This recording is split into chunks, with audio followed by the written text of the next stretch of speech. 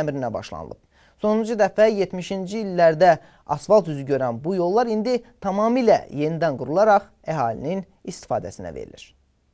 Ölkə əhəmiyyətli yolların yenidən qurulması və tikintisi Ucqar Dağ rayonu olan Lerikdə də davam etdirilir. Bu ərazidə yaşayan sakinlərin müraciətlərini nəzərə alaraq əsaslı işə başlanılıb. Ərazidəki yol infrastrukturunun yaxşılaşdırılması ilə yanaşı bir çox problemlər də öz həllini tapacaq. Hazırda sakinlərin illərlə həllini gözlədiyi yol problemləri aradan qaldırılır. Qış aylarında sakinlərin gediş-gəlişini çətinləşdirən, təmirə ciddi ehtiyacı olan Lerik-Qosmalyon-Kəlvəz avtomobil yolu yenidən qurulur. Yolun ümumi uzunluğu 26,17 km-dir. Bu ərazidə heç bir təmir bərpa işləri aparılmadığından və yol istismar müddətinin başa vurduğundan avtomobillərin hərəkətində çətinliklər yaranırdı.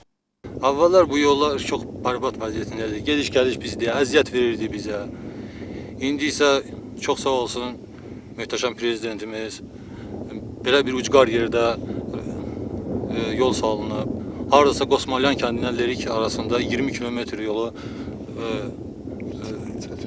çəkilib. Çox sağ olsun, minnətdarıq ona. Avval hardasa 1 saata gedirdik, indi 20 dəqiqəyə, 25 dəqiqəyə belə. Avtomobil yolunun tikintisi üçün ölkə başçısının sərəncamına əsasən Lerik rayon icra hakimiyyətində ilkin olaraq 3 milyon manat vəsait ayrılıb. 28 min nəfər əhalinin yaşadığı 73 yaşayış məntəqəsini birləşdirən Lerik-Qosmalyon-Kəlvəz avtomobil yolunun tikintisi havalar soyuyana qədər davam edəcək. Sonuncu dəfə 70-ci illərdə bu yollarda təmir işləri aparıldığından yolların asfalt örtüyü yararsız vəziyyətə düşüb. Artıq Lerik-Qosmalyon-Kəlvəz yolunun hazırda 8,5 km yüksək səviyyədə bərpa olunaraq sakinlərin istifadəsinə verilib.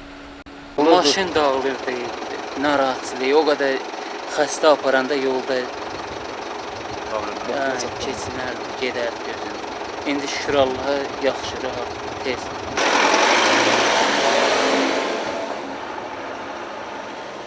Yolun tikintisi Almaniyanın qabaqcıl şirkətlərinin istehsalı olan yol tikinti texnikaları vasitəsilə həyata keçirilir. Havaların yağmurlu keçməsini nəzərə alan mütəxəssislər yolun çəkilməmiş hissəsini yüksək səviyyədə çəkmək üçün əlverişli hava şəraitinin olmasını gözləyirlər. Zəngin flora və faunaya malik olan Diabar çiçəkliyinin daxil olduğu bu ərazilər yolun bərbad olması ucbatından tamam unudulmuşdu. Yolun bərpası, gediş-gəlişin asanlaşması, ərazidə yeni turizm müəssisələrinin salınmasına və sakinlərin yeni iş yerləri ilə təmin olmasına imkan yaradacaq. Qeyd edək ki, təmir olunan yol 2013-cü ildə sakinlərin istifadəsinə veriləcək.